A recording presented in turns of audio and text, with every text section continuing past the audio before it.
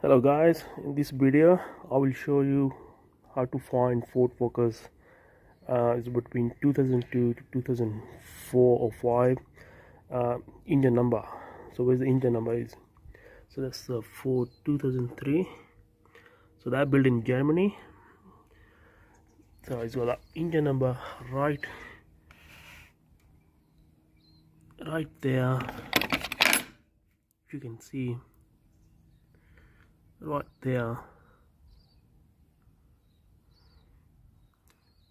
just attached with the transmission. Yeah, right on the corner of the engine is right underneath the radiator hose pipe. I'll show you from the bottom. So that's from the bottom. You can see that's the engine number there.